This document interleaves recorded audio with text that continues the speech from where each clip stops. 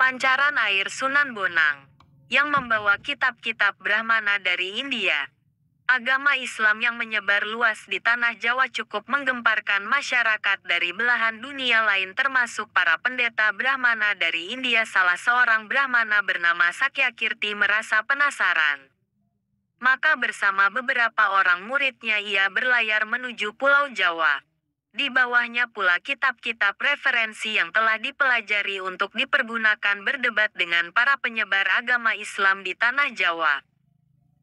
Aku Brahmana akan menantang Sunan Bonang untuk berdebat dan adu kesaktian. Ujar Brahmana itu sembari berdiri di atas geladek di buritan kapal layar. Jika dia kalah maka akan kutebas batang lehernya. Jika dia yang menang aku akan berlutut mencium telapak kakinya, akan kuserahkan jiwa ragaku kepadanya. Murid-muridnya yang selalu berdiri dan mengikutinya dari belakang menjadi saksi atas sumpah yang diucapkan di tengah samudra. Namun ketika kapal layar yang ditumpanginya sampai di perairan Tuban mendadak laut yang terdiam tenang tiba-tiba bergoyang hebat. Angin dari segala penjuru seolah berkumpul jadi satu menghantam air laut sehingga menimbulkan badai setinggi bukit. Brahmana mencoba menggempur badai yang hendak menerjang kapal layarnya 1-2 kali. Hal itu dapat dilakukannya, namun terjangan ombak yang kelima kali membuat kapal layarnya langsung tenggelam ke dalam laut.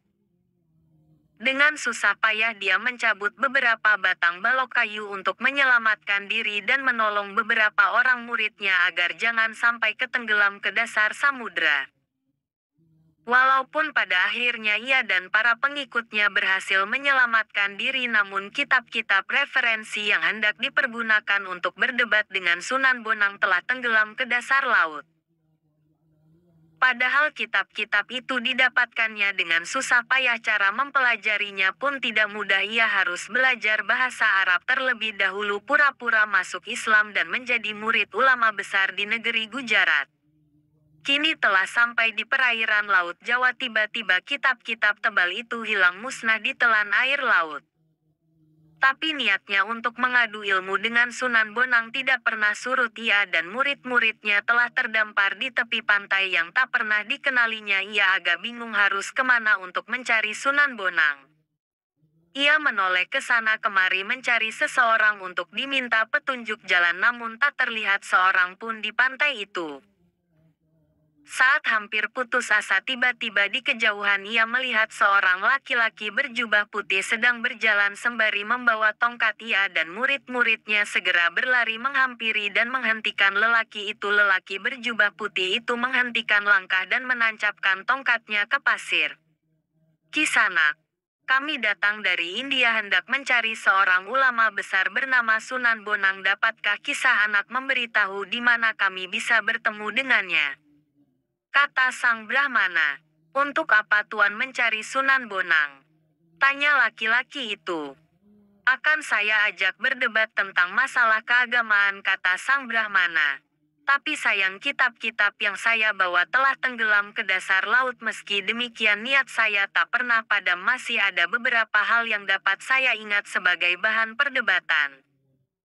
Tanpa banyak bicara, lelaki berjubah putih itu mencabut tongkatnya yang menancap di pasir. Mendadak tersemburlah air dari lubang bekas tongkat itu menancap, membawa keluar semua kitab yang dibawa sang Brahmana. "Itukah kitab-kitab Tuan yang tenggelam ke dasar laut?" tanya lelaki itu. Sang Brahmana dan pengikutnya memeriksa kitab-kitab itu, ternyata benar miliknya sendiri. Berdebarlah hati sang Brahmana sembari menduga-duga siapa sebenarnya laki-laki berjubah putih.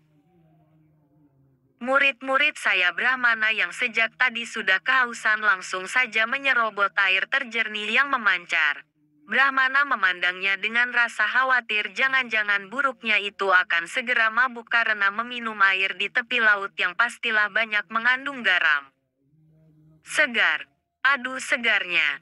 Suara murid-murid sang Brahmana dengan girangnya yang lain segera berbuatan untuk membasahi tenggorokan. Brahmana tercengang, bagaimana mungkin air di tepi pantai terasa segar. Dia pun mencicipinya, memang segar rasanya. Rasa herannya makin menjadi-jadi terlebih jika berpikir tentang kemampuan lelaki berjubah putih dalam menciptakan lubang air yang memancar dan mampu menghisap kitab-kitab yang telah tenggelam ke dasar laut. Pastilah orang berjubah putih bukan orang sembarangan.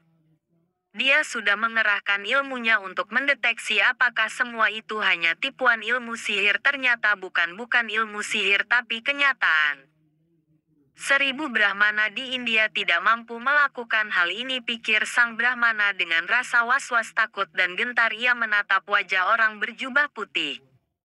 Apakah nama daerah tempat saya terdampar ini? Tanya sang Brahmana dengan hati kebat-kebit.